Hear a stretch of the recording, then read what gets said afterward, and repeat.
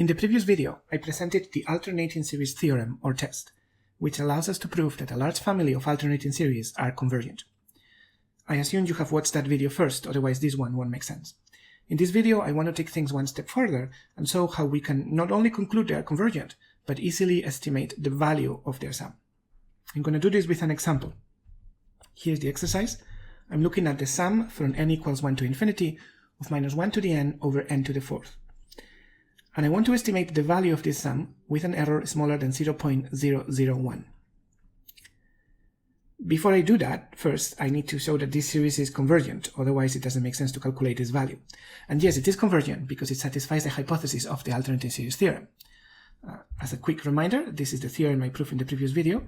If I have a series of this form, -1 to the n times something positive, or sum of -1 to the n plus 1 times something positive, that means it's alternating, with two extra hypotheses, that the sequence of things I'm adding or subtracting is decreasing and has limit 0, then necessarily the series is convergent.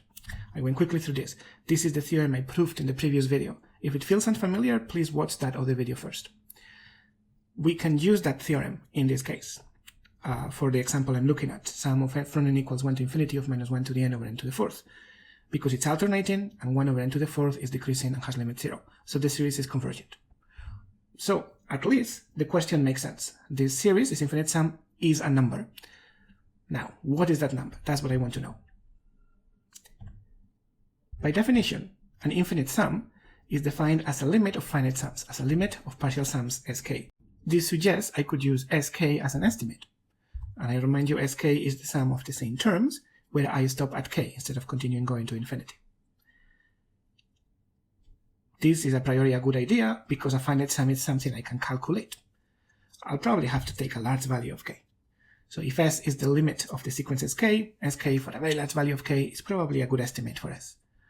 But I want to know exactly which value of k do I need to use. I have, in this case, a very precise criterion. I want the error to be smaller than 0.001. Well, the error of the estimation will be the distance between the actual value s and the estimate sk. So how do I choose a value of k that makes the difference between s and sk in absolute value smaller than 0.001? In principle, this idea of using a partial sum to estimate an infinite sum is something we could use for any convergent series. After all, the convergent series is always defined as the limit of finite sums. The advantage of this type of alternating series is that we are going to have one easy, quick way to figure out which value of k to use. Here is why.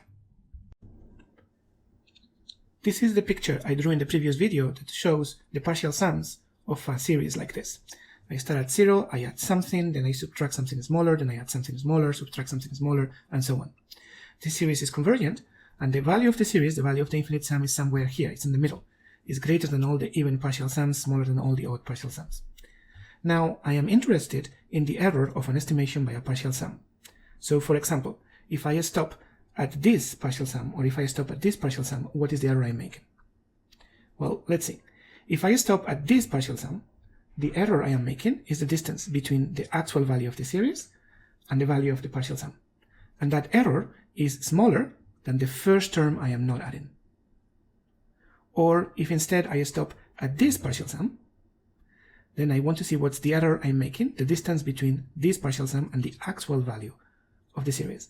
And that error is smaller than the first term I am not subtracting. So in all cases, the error I make is smaller than the first term I am not adding or subtracting.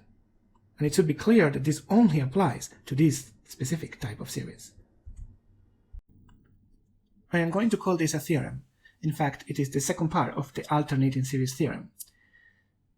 If I have a series alternating like before, and I'm going to be lazy and just say that satisfies the same three hypotheses as before, I'm not going to copy them again, then not only do I know that it is convergent, I have a way to estimate or bound the error I make when I approximate it with a partial sum.